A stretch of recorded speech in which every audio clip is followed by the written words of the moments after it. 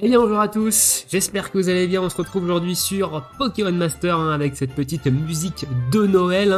On va aller faire le combat des maîtres, on est en début de semaine, on est lundi, le combat des maîtres à Reset, donc on va aller se le faire ensemble. Écoutez, c'est parti tout de suite. Alors j'ai déjà fait une première fois, ma vidéo a fail, j'ai beaucoup de problèmes en ce moment avec ça, je ne sais pas pourquoi, mais j'ai déjà fait une fois, voilà, donc je sais un petit peu à quoi m'attendre, et vous verrez pas trop de galères, je pense, dans cette vidéo, parce que j'ai galéré dans celle d'avant. Voilà, mais sachez que c'est un peu moins galère que la semaine précédente, mais que j'ai eu certaines galères, et peut-être qu'on aura d'ailleurs certaines galères dans cette vidéo. Cette semaine, on nous propose faiblesse, vol, combat, ténèbres et glace, et le maître, ce sera une faiblesse psy. Au niveau des manches, cette fois-ci, on va avoir une manche 1 avec une augmentation de remplissage de jauge de capacité, donc qui dure un petit laps de temps au début du combat, donc de notre côté et du côté ennemi, donc on prendra beaucoup plus de capacité également du côté ennemi.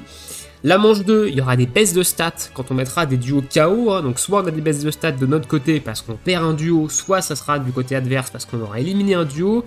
La manche 3, ce sera des effets additionnels, les effets additionnels des capacités auront plus de chances de se déclencher, donc là on parle de tout ce qui est 30% de chance de brûlure, 30% de chance d'infliger un malus, etc. C'est toutes ces capacités-là qui sont concernées par cette manche. Et la manche 4, on aura le nombre d'actions nécessaires pour lancer une capacité d'eau qui sera réduite de moitié. Donc de base, c'est 9 ou 10, je crois, c'est 9. Donc là, de moitié, je crois qu'ils mettent à 4. Je crois que c'est 4. Ou 3, je sais plus, enfin 3 ou 4. Et du coup, j'aime pas trop cette manche de mon côté parce que moi je prends des malus qui sont très très agressifs pour l'équipe en face et mon but c'est d'éliminer le duo du centre assez vite, donc d'empêcher en fait le duo du centre de me mettre une capacité duo. Le fait que la capacité duo elle arrive beaucoup plus vite, c'est pas super intéressant de mon côté. Alors, on va commencer par le vol. Voilà, on va commencer par le vol. On va prendre les petits malus directs, donc hop, moi je prends force 6, jauge alliée réduite de 2, force 3, capa offensif puissance 2, force 2, attaque et attaque spéciale 5, on prend également le début régénération, et pour finir, on prend la détermination puissance 5, donc c'est que des malus offensifs. Ici, c'est en face, ça va taper très fort, on passe sur la team vol qui est...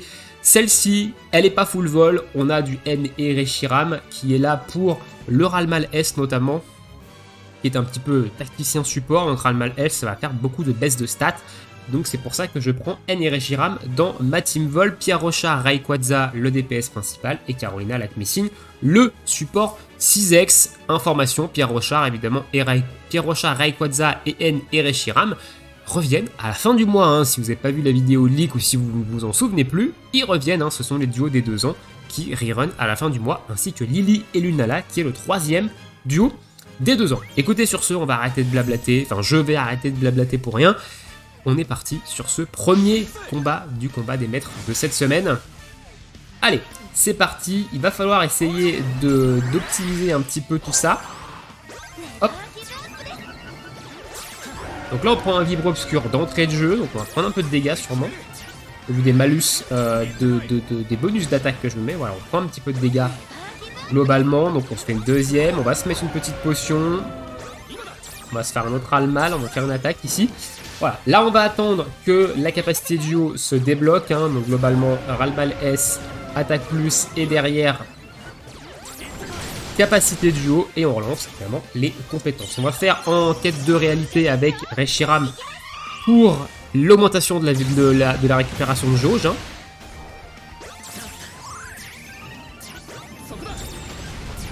Et c'est parti, les Draco Ascension avec Rayquaza qui vont faire un peu de dégâts quand même globalement. Allez, on va commencer à faire de la flamme bleue également ici pour faire un petit peu de DPS. Ok, on a une capacité duo, on va prendre peut-être une capacité duo, normalement on devrait pas prendre des capacités duo. Voilà, ça va bien se passer. On va avoir une Draco Ascension qui va terminer, on va... Potion Rayquaza ici. En capacité duo avec N et Reshiram, on aura plus capacité duo avec Lakmessine. Je ne fais pas de kappa duo avec Rayquaza parce que sa capacité duo, elle est nulle. Voilà, elle est nulle. Donc je préfère ne pas en faire. Donc ici, tacticien, on met un petit Sika. On va remettre un boost de vitesse. Ici, on termine le duo de droite avant qu'il lance sa capacité. Et on est pas mal.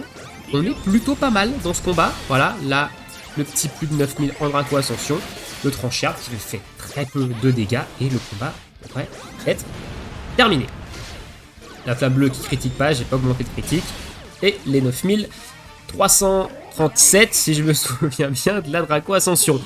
Voilà pour la faiblesse vol. Hein. Globalement, la faiblesse vol, j'ai pas trop de difficultés encore. J'ai pas besoin d'aller chercher des nouveaux duos vol pour la renforcer. Hein. Rayquaza est globalement assez fort en faiblesse vol. Donc ça se passe bien. Ici la manche 2, c'est la réduction de stats quand on met des duos KO. On va partir sur la faiblesse glace cette fois-ci parce que elle est plutôt en fait tournée vers la baisse de stats. Ici on prend N et Kyurem Noir hein, évidemment qui est le DPS de l'équipe. J'ai changé Gladys et Bizarrois pour Gladys et Momartic. Globalement c'est le même duo, enfin c'est le même dresseur, c'est pas le même Pokémon, mais il pose la grêle. Les deux posent la grêle, sauf que Momartic va avoir un petit peu plus de puissance de feu avec son blizzard. Et en termes de soutien, j'ai pas de gros soutien glace, encore une fois. Hein, donc on va prendre Blue et Tortank, hein, qui reste un duo extrêmement puissant. Petite information, il y a une tempête de sable ici.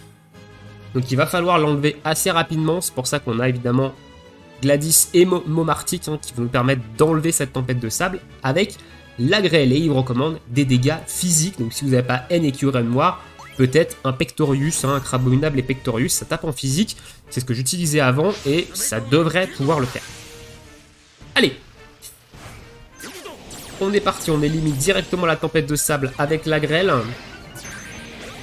Augmentation de l'esquive sur Momartic, c'est aussi pour ça que c'est intéressant de jouer Momartic.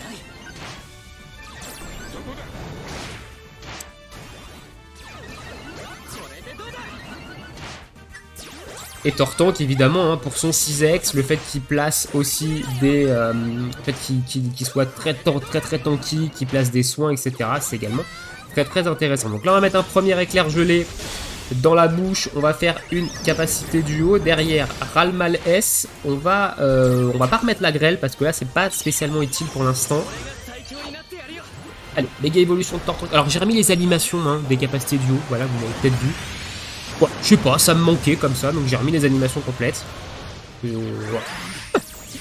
Formation comme ça, au passage.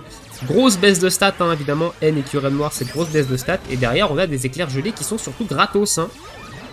C'est la force du duo. On va remettre la grêle.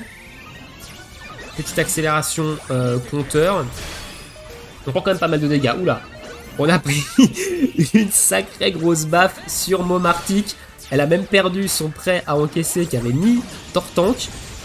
Là, ça devrait faire beaucoup de dégâts. On va en faire un Ralmal S. Donc là, le Blizzard devrait terminer le duo du centre. Donc on va relancer un petit Blizzard. Ici, on va prendre un séisme de la droite. On va cibler le duo de gauche pour capacité duo avec Kyurem Noir. Hop. Petite esquive sur Momartic, hein. Vous voyez, plus 6 en esquive, Momartic grâce à ses move dresseurs et son plateau. Donc ça peut le rendre un petit peu tanky avec un peu de chance. Voilà, donc là on a N et Kyurem Noir qui colle une grosse start. Grosse baisse de stats également du côté ennemi hein, ici. Les blizzards qui font quand même pas mal de dégâts. Donc là on va perdre évidemment Momartic. Sachant que je suis en déstabilisateur 2 sur Momartic, donc ça fait de la baisse de défense physique, ce qui est intéressant couplé à N et Kyurem Noir. Et là, le petit 20 000 en éclair de givre de N et Kyurem Noir. Donc c'est passé au niveau de la glace. Ici, Tortank fait un excellent boulot. Hein. Tortank, il est très fort ici. Vous changez Tortank pour un duo support un petit peu plus lotière. J'avais essayé au début avec Evoli par exemple. Avec Leaf et Evoli, et c'était pas du tout passé. Hein. Donc ici, Tortank qui fait quand même un bon boulot. Manche 3, on a les effets additionnels qui sont mieux de notre côté, donc on va partir sur la faiblesse ténèbres, parce qu'on a pas mal d'attaques qui ont des chances de poser des effets négatifs, donc on va en profiter. Donc ma team ténèbres, c'est celle-là, hein. On a vu évidemment le gros up qu'il y a eu avec les deux Amphinobi, hein. Et je suis pas mécontent finalement d'avoir droppé Serena et Amphinobi. J'ai été trop chanceux sur les invocations, mais je suis pas mécontent. Donc ici c'est parti. On va spammer la centrifugifle, hein, ça va être l'attaque ténèbres par excellence qu'on va spammer. On va coller une résilience ténèbres, on va coller une baisse de la résilience ténèbres, on va coller une zone ténèbres également pour booster les dégâts et on va capacité duo avec Absol. Et vous allez voir qu'Absol, il va lâcher quelque chose en termes de capacité duo. C'est violent. C'est violent. Ici, on va attendre parce qu'on va avoir la centrifugifle qui va passer. On va pouvoir faire reflet S derrière. Vive attaque S pour baisser la résilience ténèbres. Donc là, on place la zone ténèbres avec le reflet S. Vive attaque va baisser la résilience ténèbres. Et derrière, capacité duo avec Absol. Et nous, on repart sur du centrifugif. Et là, on va faire un petit trou. Là, Absol, il va envoyer quelque chose. Voilà. Le petit 27K, il est pas piqué des hannetons. Et derrière, on ferme la centrifugif avec tout le monde. Avec tout le monde. Et globalement, ça devrait... On va finir le combat ici. On va replacer la zone ténèbres. On va pas faire vive attaque S. Hein, on va garder... parce que ça fait pas non plus d'énormes dégâts. Et normalement, ça devrait bien se passer. Je dis pas de bêtises. Ok, on va prendre une capacité duo quand même. On devrait pas se faire one shot parce qu'on lui a enlevé sa zone spectre. Il y a des baisses de stats également. Donc là, on devrait prendre des dégâts, mais pas jusqu'au one shot. Voilà. Pas loin du one shot hein, quand même. Hein. On est pas loin du one shot. Mais globalement, voilà. Donc c'est passé avec la team ténèbres. J'ai envie de dire sur le fil du rasoir, vu les PV qui me restaient à la fin sur mes duos. Mais c'est passé. Allez!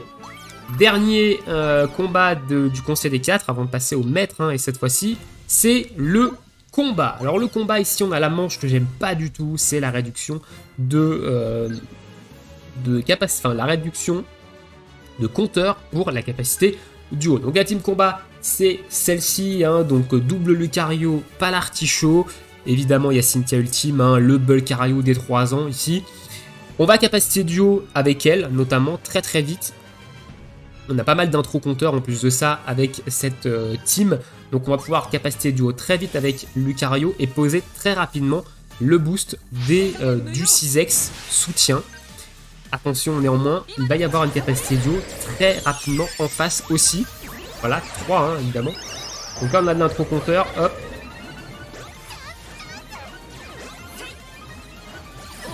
Et en capacité duo instantanément. Donc là on prend pas de dégâts, on va se remettre une prochaine garde d'ailleurs avec la capacité duo. 2 attaques en face avant la capacité duo. Petite méga évolution. Je n'avais jamais vu je crois la capacité duo entière. Je crois que je n'avais jamais vu la capacité duo entière de Lucario. Et bah honnêtement ça en va pas mal hein. Ça en va pas mal donc là... Vache, les luttes astrales... Elle rigole pas, ça serait bien qu'on puisse... Oui, ça va passer avant. Bam. On revoit, hein. Pas l'artichaut avec la zone combat et tutti quanti là. C'est pas la même salade. Hein. Ici, on va capacité duo avec le Lucario pour la méga évolution. On va prendre un bizarre qui ne devrait pas trop nous inquiéter. Quoique, mi-life quand même sur les deux DPS. Deuxième méga évolution, hop. Et c'est pareil, je crois que j'avais jamais vu sa capacité duo entière. Plutôt stylé, honnêtement, plutôt stylé. Et l'ajout astral ici. Allez hop, le coup de coude à 9000 du pingouin et son artichaut. Un du canard, c'est un canard, je crois, pas l'artichaut. Notre compas. Ma team combat, elle avait pris un méga up avec le Lucario des 3 ans, honnêtement, qui a fait du bien à ma team combat qui avait vraiment du mal. Allez, On passe au maître maintenant, faiblesse psy. Et du coup, je vais prendre ici des baisses de stats. Je vais prendre les baisses de stats. Je vais pas prendre le réduction compteur, j'en ai pas l'intérêt, évidemment. Et on va prendre les baisses de stats parce qu'on va éliminer des duos assez rapidement. Parce qu'ici, on va sortir ma team psy qui est plutôt sérieuse. Enfin, il y a surtout Elzamina Ultime et Necrozma hein, qui est un duo assez fort et qui tape très très fort sur de la faiblesse psy, hein, avec pas mal d'ultra efficaces. Morgana Lakazam, le soutien de l'équipe qui va être donné en sacrifice. En général, il survit très rarement au combat. Le pauvre, il est juste là pour booster le critique. Et après, il dit ciao. Et Bianca Mushana, elle est là pour la zone psy. Pour booster les dégâts en fait de Elzamina et Necrozma. Allez.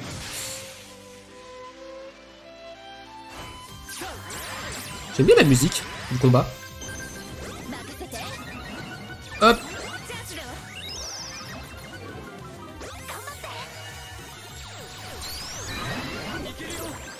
Je vais tenter un truc, je vais tenter de garder le super efficace ici. Donc en faisant ici, hop, un petit miroir. Je vais tenter de garder le super efficace que me met Amour Aveuglant pour la capacité duo. Il a survécu. Est-ce qu'Alakazam va survivre? Là, super efficace, capacité duo. Attention, ça risque d'être assez sale. Necrozma, mesdames et messieurs. Necrozma dans toute sa splendeur. Assez monstrueuse du haut. Quand on tape sur de la faiblesse psy, ça fait très très mal. Hein. Voilà, 11 000 derrière, c'est du grand n'importe quoi. Hein. Elzamina Ultime et Necrozma sur de la faiblesse psy, c'est du grand n'importe quoi. Et voilà, c'est fini pour ce combat des maîtres. Alors, dans la précédente vidéo que j'avais tournée, qui a foiré, qui était beaucoup trop longue, j'avais galéré, notamment sur la faiblesse glace, où j'avais dû changer, en fait, Leaf et Evoli pour Tortank, hein, j'avais un petit peu galéré. J'avais également un petit peu galéré sur la faiblesse vol, où j'avais dû retry, parce que j'avais eu un combat où j'avais mal géré le lancement de la capacité duo avec l'Acme Signe, et j'avais pris une capacité duo, donc je m'étais fait défoncer. Donc globalement, j'avais eu un petit peu de mal sur ces deux combats. Et la faiblesse combat, j'étais passé vraiment à rien de devoir retry également. Donc voilà, je vous partage un petit peu les galères que j'ai eues dans la précédente vidéo, que vous n'avez pas vu dans celle-ci. Mais voilà, c'était pas non plus tout rose. Donc là, évidemment, c'est passé un petit peu en one shot partout. Mais c'était pas le cas dans la première vidéo que j'ai tournée. Je vous laisse ici, je vous souhaite tous une très bonne journée, une très bonne soirée. Bon jeu à tous, dites-moi dans l'espace commentaire s'il y a ces faiblesses sur lesquelles vous avez eu du mal cette semaine. Et on se retrouve évidemment bientôt pour de prochaines vidéos. Petit message concernant les prochaines vidéos, il y aura très certainement du Genshin Impact avec de l'invocation des 7 pour cette fin de semaine, ainsi qu'une vidéo sur un petit peu à qu'est-ce qu'on va jouer et quels sont les jeux que j'attends pour l'année 2023. Et voilà. La semaine prochaine, je serai certainement en vacances une très grande partie de la semaine. 3 jours en fait, j'ai 3 jours de vacances. Donc il n'y aura pas de vidéo en début de semaine la semaine prochaine. Il y en aura sûrement peut-être en fin de semaine, mais pas sûr. Voilà, donc s'il n'y a pas de vidéo la semaine prochaine, c'est totalement normal. Et sur ce, ciao ciao!